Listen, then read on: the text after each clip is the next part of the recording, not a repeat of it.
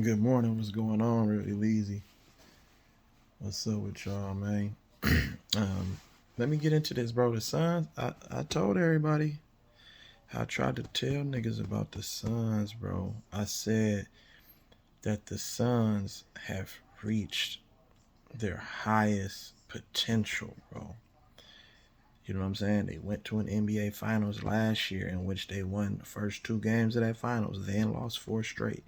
Then the following season, they come back and they play bananas for the whole season. Just bananas. The best season that the Phoenix Suns ever had in their franchise history, right? They've been consistent. The most consistent team all season. But, see, when you put regular season goals on the line, bro, or you put that as a priority, then this is the type of shit that can happen in the playoffs. And I'm not saying that they're gonna lose this series, but they're gonna lose this series though, like straight up. Especially if either Chris Paul or Devin Booker is not 100% healthy.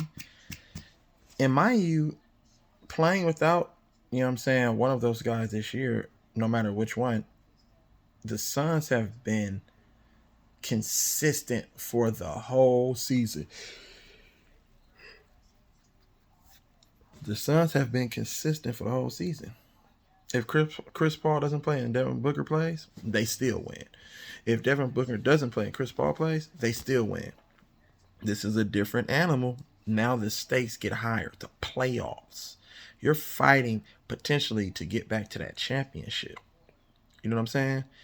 If you're not healthy at this point in the playoffs, that next man up mentality that motherfuckers be having, that shit can apply and work in the regular season. You can't just say next man up in the playoffs because motherfuckers aren't built.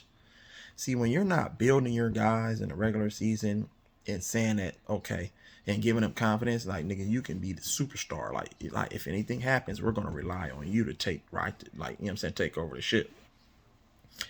It's different where you know that you have settled into a certain role on the squad and your main guys and you have chemistry and camaraderie.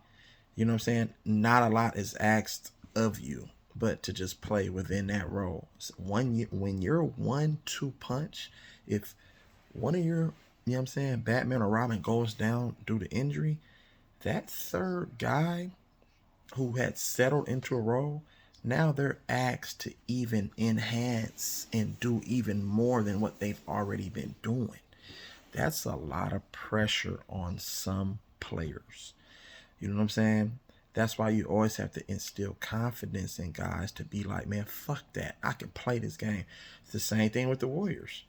See, they were using Jordan Poole. They threw him out there. Like, you know what I'm saying? At first they wasn't using him, but he was the best player in practice, serving Curry and everybody. You know what I'm saying? I'm close to that, I know.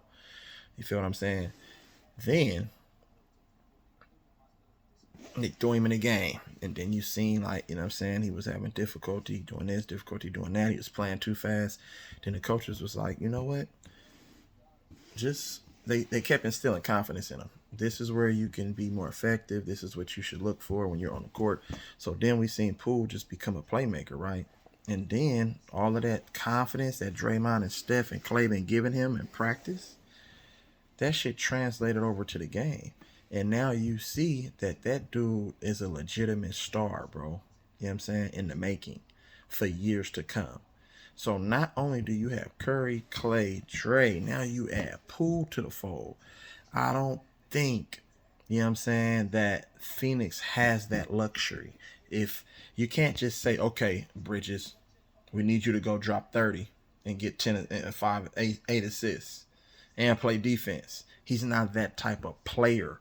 You have to understand that he doesn't have a lot of things in his bag. He's a good complementary player, but he's not that guy that's going to elevate his game. And I said at the beginning on Tickets live stream, I said, in my opinion, I said Mikal Bridges was the most important player in this series. I say if he doesn't average damn near 20, then Phoenix can very well end up losing this series. So now, with the uncertainty surrounding the hamstring injury sustained in last night's game with Devin Booker, Now the pressure is on Mikal Bridges. You know what I'm saying? He was a finalist for Defensive Player of the Year.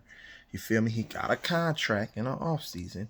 So they believe in this guy. So now it's all about, does he believe in himself and his game that he can help lead this team with one of their star guys out? That's a lot of responsibility and a lot of pressure, knowing, you know what I'm saying, what's at stake. You get what I'm saying? I guess Phoenix has championship aspirations. Obviously, if you've been to a finals, I mean, you tasted, you almost tasted, you know what I'm saying, the confetti and the Lombardi and the champagne. You almost tasted that.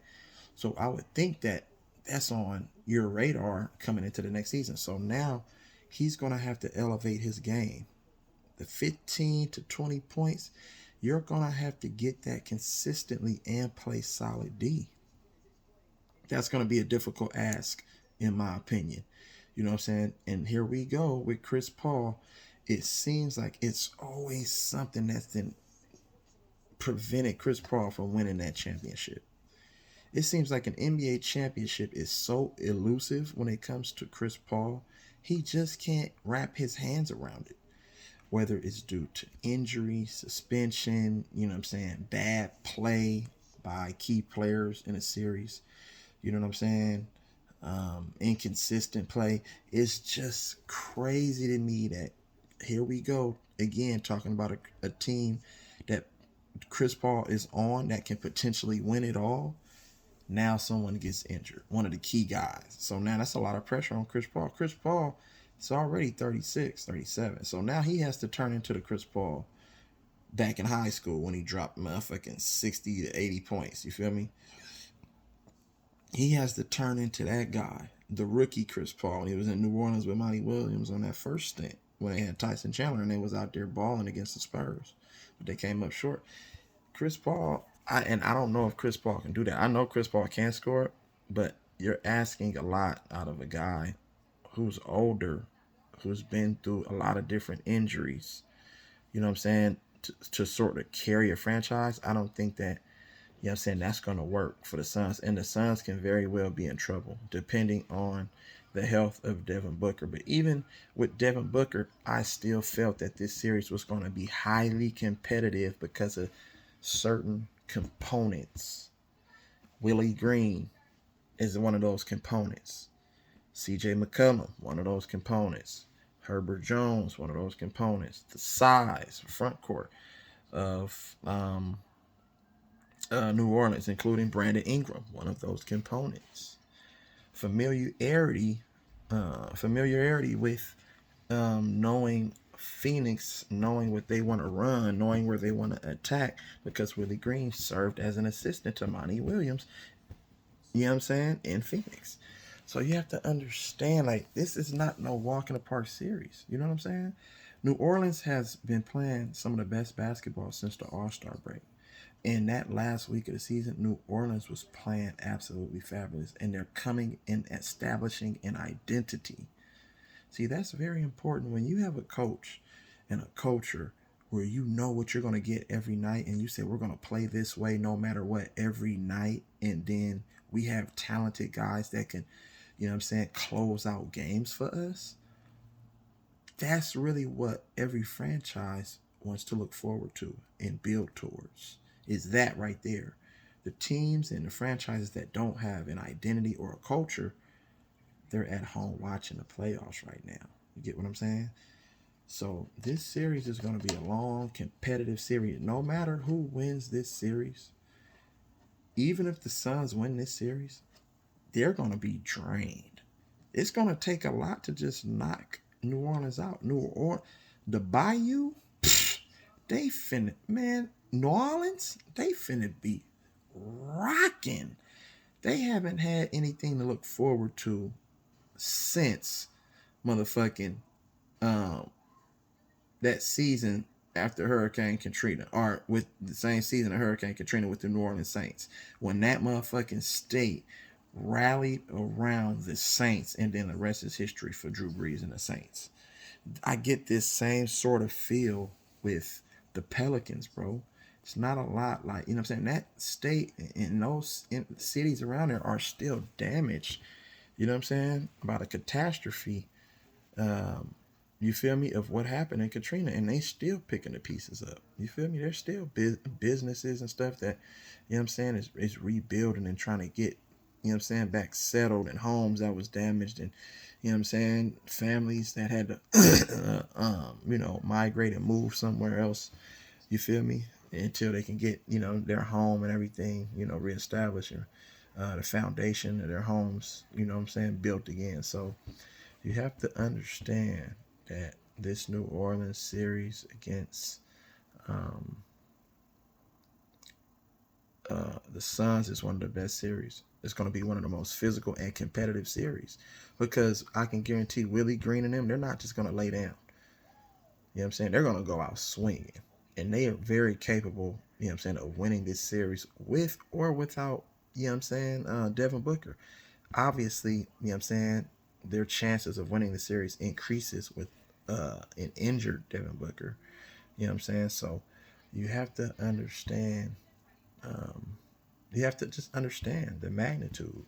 I don't think this moment for Brandon Ingram and CJ McCollum has been here. He's been to a Western Conference Finals. He's played in high, meaningful, intense games in the playoffs before. You feel me?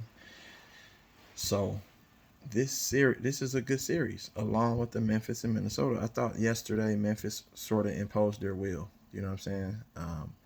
They took that game, but I thought that the referees took Carl Anthony Towns out of the game and got him in foul trouble, because they want this series to go a long drag out series too. So Minnesota did what they were supposed to do. They won. They won that first game. See, that's when the series start, when you went on the opposing team's home floor. Phoenix, New Orleans won on the opposing team's home floor. Now you have that's two series, and then you transfer over to that Brooklyn and Boston. Those are the three series that I'm most forward looking forward to the most, I should say. You know what I'm saying? Brooklyn Nets. I mean, Brooklyn, Boston, Phoenix, New Orleans, Memphis, Minnesota. In my opinion, you know what I'm saying? Until one of these other series emerge as a highly competitive series. So that's what I'm looking for. But let me know what y'all think. You feel me? Make sure you like, share, subscribe, man. You know what I'm saying? Fuck with your boy one time. So that's what it is. Salute to y'all. I appreciate you, man. Y'all have a blessed one.